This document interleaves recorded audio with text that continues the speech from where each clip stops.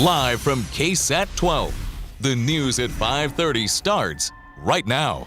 A comfortable Sunday of shopping interrupted when a car crashed through the store. What police say led to that scary situation. And the San Antonio Spurs taking a trip to Ingram today, how the team is helping the Hill Country bounce back.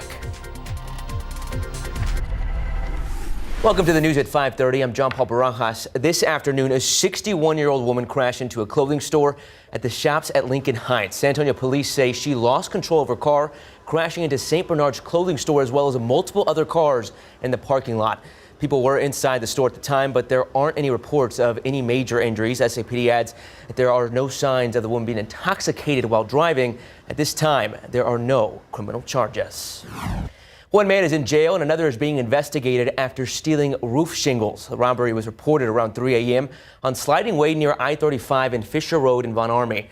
San Antonio police say 2 men were stealing shingles from construction sites, adding a man confronted the 2 suspects and one of them threatened him before taking off. SAPD says the investigation is ongoing.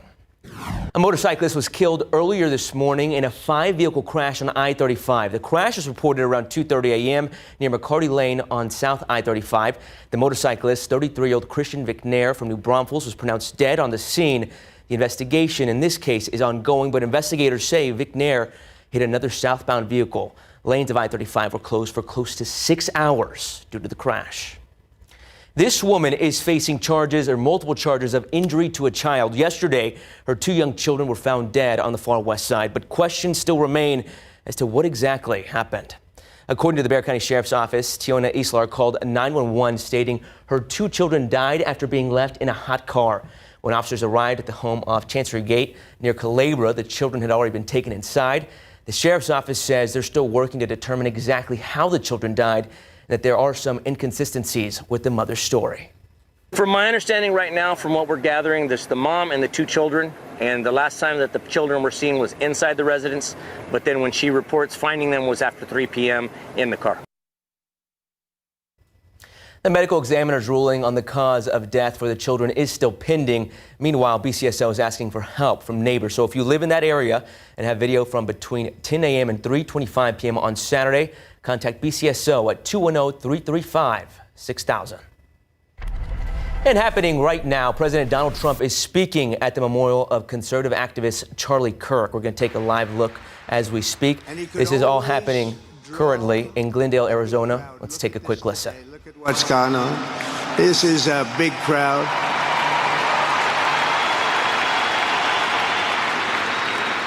Here today we have the Vice President of the United States, J.D. Vance. We have the Speaker of the U.S. House of Representatives, Mike Johnson. We have countless members of the United States Senate, and I'm sorry I'm not going to introduce you, but I'll be up here. They're all over the place. And likewise, the House of Representatives, they're all over this big stadium. This is not an arena, this is a stadium.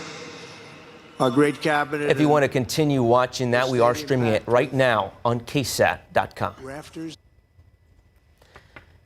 The San Antonio Spurs and about 30 other professional teams from across the state hosted an event in the Hill Country today. They called it a Sport for Healing Fest. The goal? To bring families together through the power of sports. Zaria Oates was out there and you got to see it firsthand. Zaria? Hey, JP, yeah, that event wrapped up a little bit earlier this afternoon. So right now we're along the Guadalupe River here in Ingram, but we do want to show you a little bit of video that we captured while we were at the event. Families had so much fun. We're going to show you a little bit of that video while I tell you exactly what was going on at this event. This was for Hill Country families that were impacted by those July 4th floods. Those families still reeling from what happened here this summer in the Hill Country. All of them showing up at this event with the Spurs, with the Rockets, with the Mavericks, to just have a great time. They were able to play different sports and activities, and then they were also able to get some mental health resources. We talked to a few families about what this means for them, and here's what some of those people had to say. There's so many people that have been through so much, and it's just, people are happy, smiling, and it's nice to see because it hasn't been like that, It was special to see this small little school that I go to with so many people from all over Texas here, and it's really cool to see how much support we're getting. Tonight on the Night Beat, we'll hear from more families who were at this event about why it was so important for them to be out here and why it was so important to see so many of their neighbors come out too. Live in Ingram, I'm Zaria Oates. Zaria, thank you. And the support doesn't stop there. The Astros and the Astros Foundation are teaming up to rebuild the Ingram Little League Park. And they have a lot of help doing it. They're joining forces with the Community Foundation of the Texas Hill Country, Major League Baseball, the Texas Rangers, and other teams. When it's all said and done, the new ballpark will have 3 main fields, 2 practice fields, and brand new batting cages. Some would say it's a home run for the community. And there's an easy way for you to help kids who are fighting cancer during Childhood Cancer Awareness Month. And it all starts with giving blood.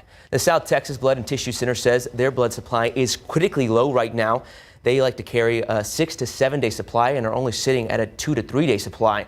During Childhood Cancer Awareness Month, the organization is asking people to donate blood and help the 15,000 kids in the U.S. diagnosed with cancer every year. As they are receiving treatment, chemotherapy, radiation, they become anemic. Their counts start falling as far as their red counts, their platelets. And you can come in and help by donating blood on a regular basis. Whole blood every 8 weeks, platelets every 8 days. Blood donors today also receive free tickets to the next San Antonio FC game happening next Saturday. To find out how you can donate, you can go to KSAT.com. Do you have your running shoes ready? Well, the 12th annual Head for the Cure 5K is coming up. The event is aimed at raising awareness and money for brain cancer research. It also honors our late news director, Jim Boyle. Race day is next Saturday, September 27th, and it kicks off at 8 a.m. at Providence Catholic School. If you visit KSATcommunity.com, we have a link where you can register. And still ahead, as thousands mourn the passing of conservative activist Charlie Kirk, how the high-profile event is being protected by all levels of law enforcement. That's next.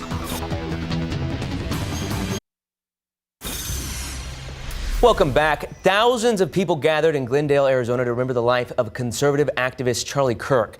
Kirk was killed during an event at Utah Valley University nearly 2 weeks ago. Speakers ranging from the Trump administration to other activists spoke about Kirk's life and impact on the modern conservative movement. The event attended by President Donald Trump was given a high security designation by the Department of Homeland Security. As for Kirk's organization, Turning Point USA, his wife Erica has been elected to become the new CEO. Again, we are streaming that right now on KSAT.com. And taking a look at live cam, it is about 94 degrees there according to the ticker. A beautiful sunset, not sunset, but skyline there, sky view.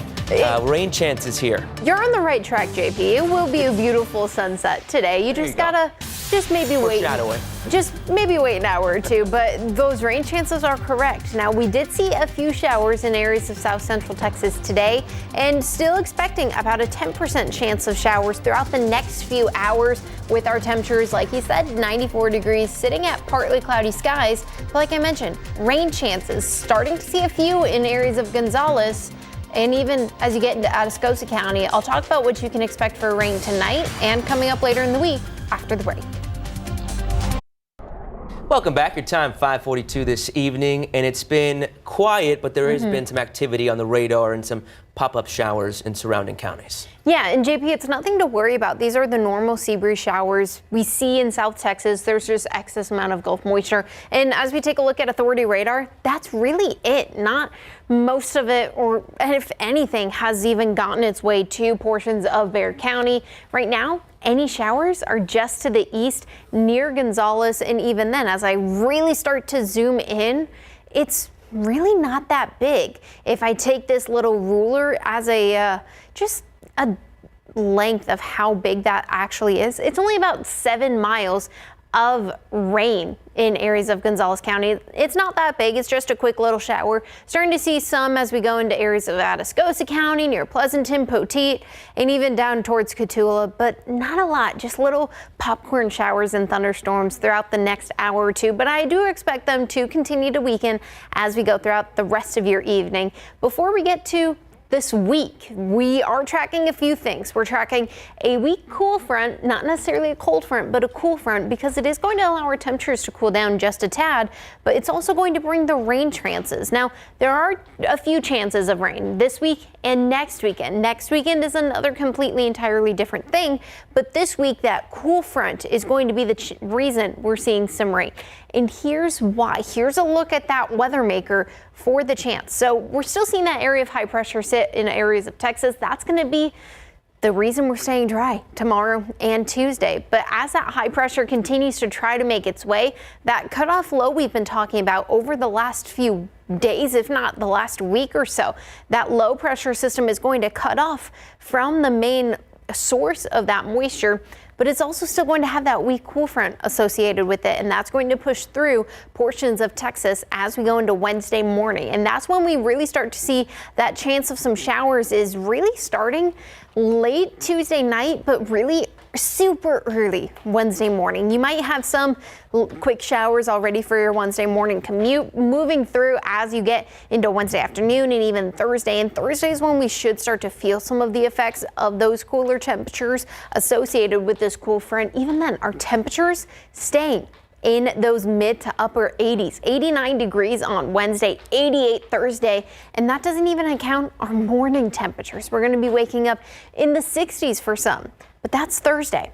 And as that cool front continues to push through Thursday, that high pressure system once again is going to try to be the next weather maker. But that low pressure system just behind it, that's getting all that Pacific moisture, and that's then going to come and make its way into areas of South Texas. But this is already looking 6 to 7 and even 10 days away. But we still want to give you that heads up that not only do we have the rain chances this week, and if you don't see the rain this week, don't worry. There's another low pressure system on the way beyond that could make its way, giving us a few more chances of some showers. And after that, we're not expecting a widespread washout, right? Some areas might receive a quick little sprinkle, a quick little inch or so, but some folks might not even get any. Some might see more than an inch or so, so you'll want to continue to check back with us. We'll keep you posted. 40% chance of rain on Wednesday, 30 on Thursday, and then next weekend, like I mentioned, just want to give everyone that heads up for 20% chance of rain. But everyone's been wanting the fall-like conditions, so that cool front is definitely going to be feeling a little more fall than, let's say, the 95 and 96 we'll be feeling Monday and Tuesday. Definitely a week to keep the KSAT weather app handy as we monitor all those rain chances. Yes. Awesome stuff. Thanks for that, Shelby. Something you might not want to keep an eye on is the Houston Texans because they have fallen to 0-3, and it's been very difficult for me to watch. Yes, it has been. Yeah, the AFC South matchup between the Texans and Jags was a battle, but ultimately 3 fourth-quarter turnovers by Houston was the difference. And UTSA leaves Fort Collins victorious after a shocking turn of events in the final minute. That and more. Also checking in with the Cowboys after the break.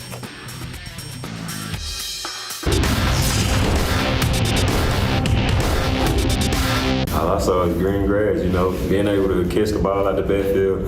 I feel like that's a big up, and being a running back. So a lot of NFL teams like this, so that's what I work on. The first time UTSA called that play, Robert Henry Jr. blocked the guy because he missed the signal. The second time, though, no mistakes made as UTSA leaves Colorado victorious in big board sports.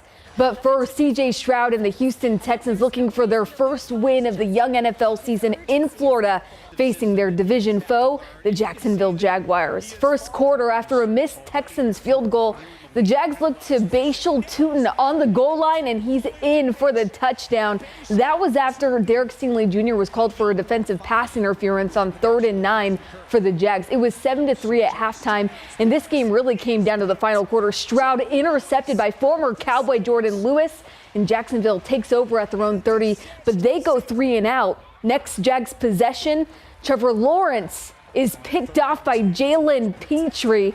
The defense stepping up big. And on the very next play, Stroud goes deep left field to a wide open Nico Collins, and Collins takes it the distance for a 50-yard game-tying touchdown. It's 10-10. But Houston can't stop turning it over.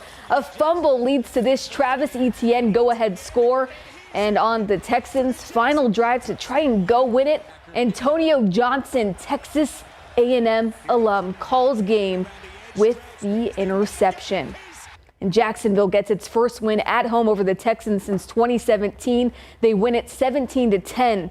Now here's what Stroud had to say after Houston fell to 0-3. Just fixing the issues. We're really close, and that's the problem, is that we just keep, reiterating that we're close, and, now it's time to, fix the issues and, be honest with one another. His message is just, we're going to keep having these results if we don't finish and we don't, take care of the ball and just do the small things. Because the effort's there, the physicality, now it's just the execution. Football is one up front and it's one in the run game. When you can dominate there, all the passes, everything comes off of that's the second part. But the fastball for almost every team in this league is running the ball. And when you've got a line like we've got, growing young guys who are confident, and a back like Tay, we're just going to keep getting better at it each and every week, and that's just going to allow the offense to be more open. The Cowboys trying to put up another big performance this week at Soldier Field, taking on the winless Bears. Right now, the Bears have a 31-14 advantage in the fourth quarter over the Cowboys, and star wideout CeeDee Lamb has been ruled out after suffering a left ankle injury in the first quarter. In the college football nightcap yesterday, Colorado State scored with 29 seconds left on a 4-yard touchdown pass to Rocky Beers. I mean, the most Colorado name of all time, Rocky Beers. And all the Rams needed to do was make the extra point to tie the game and likely force overtime. Well, Colorado State initially made the PAT, but UTSA was called for an offside penalty. So the Rams decided they'd go for the 2-point conversion attempt to win it. But UTSA's defense, they stood tall, and the Roadrunners instead win 17-16. Here was Jeff Traylor's reaction to that wild ending. I don't blame Jay for making the decision. I mean, they're on the yard and a half line.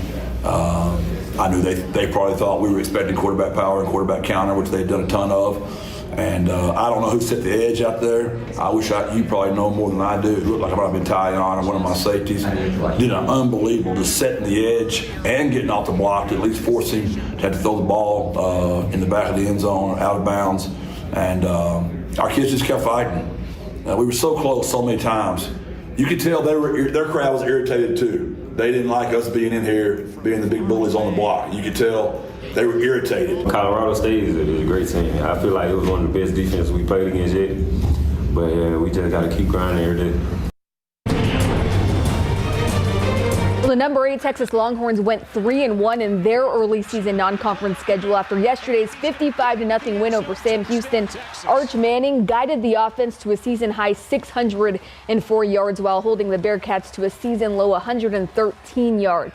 Now next, the Longhorns have a bye, then begins SEC play, starting with Florida. We were not going to be a finished product after 1 week, 2 weeks, 3 weeks, or 4 weeks. Like we were going to be a work in progress in early in the season in particular, and we'll be a work in progress as we grow through the SEC. And so the idea is that are we improving? And you can't fix everything all at once. You got to try to identify areas where, hey, you know what, we need to really work on this and get better at this. And so the idea, the fact that I think we're improving as a team. Well, we'll see if the Cowboys can make a comeback. We'll show you the highlights tonight on the Night Beats. They have Caleb Williams for the Bears looking like a MVP candidate the way he's slinging the rock around on the field right now. It's that Cowboys defense, man. They need to make some adjustments. The secondary needs some help. Speaking of quarterbacks, are you sold on Arch Manning yet? Oh, man, until SEC play starts, it's hard for me to make any judgments. I know we've been talking about that, but I don't want to give an answer. SEC play, then I'll talk. Lots of eyes on Arch. Hopefully he can continue his progress. Definitely. Thanks for that, Mary. We'll be right back. We've been talking about the rain chances, and so I wanted to show you the futurecast rainfall potential over the next 7 days. Not everyone is going to see that chance for an inch or so. It's going to be very isolated. Now, this graphic does show that, or this weather model, I should say, shows the heaviest rainfall is going to be just along Highway 90 and even near I-10, but things can change. It's still up to a week away, so you'll want to check back with us. But Wednesday and Thursday do seem to be the highest rain chances for us over the next few days. Something to definitely keep an eye out on, and we'll update you tonight at 10 on the night feed. Thanks for joining us, guys.